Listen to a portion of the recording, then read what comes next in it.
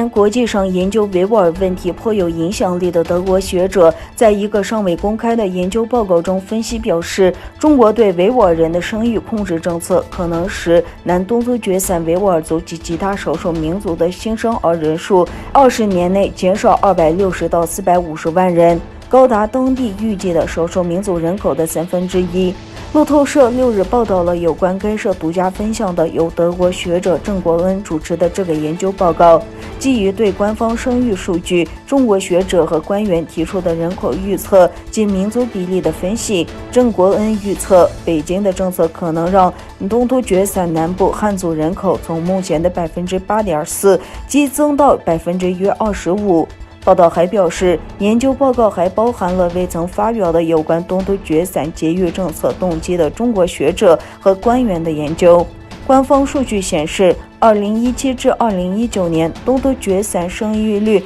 已大减48.7%。郑国恩对路透社说，他们只有延续一直以来的做法，这个目标才能达到，就是要压低维吾尔人的生育率。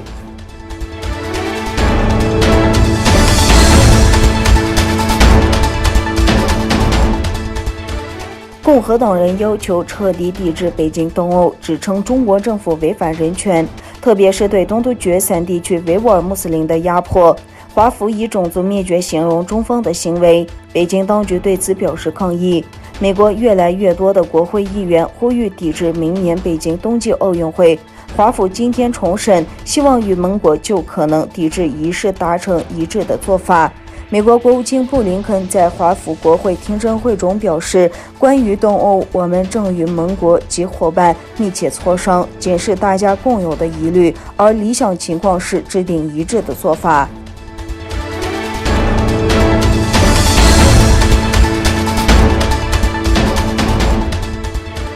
意大利政府已决定退出中国“一带一路”项目。意大利于2019年成为参与“一带一路”项目的首位七国集团国家。据彭博社报道，意大利总理马里欧·德拉吉已决定退出“一带一路”项目。据报道，罗马和北京之间的争端是在他于12月被任命为总理的2个月前开始。中国深圳投资控股已同意收购米兰芯片制造商 LPE 70%的股份，但德拉吉成为首相后，新经济部长反对该交易。德拉吉还于3月31日签署了一项禁止 LPE 销售的决定。深圳控股发表声明称，将在某些领域继续与 LPE 合作。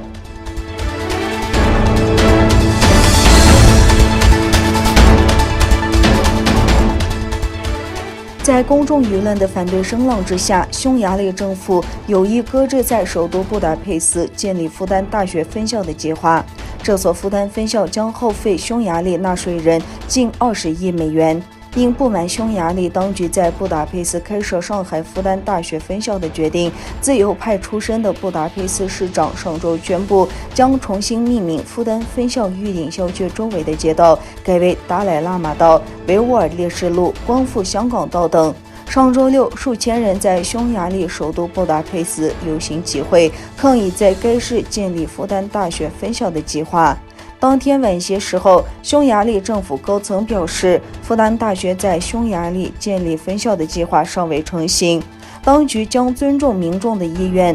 内阁梁某长古利亚兹周日在接受亲政府的匈牙利新闻网站采访时表示，一旦项目的具体条件成型，我们支持在布达佩斯举行公民投票，由当地民众来决定是否在这里建设复旦分校。被视为总统奥尔班的亲信的古利亚斯说，我们不会为了做好事而违背民众，包括布达佩斯市民的意愿。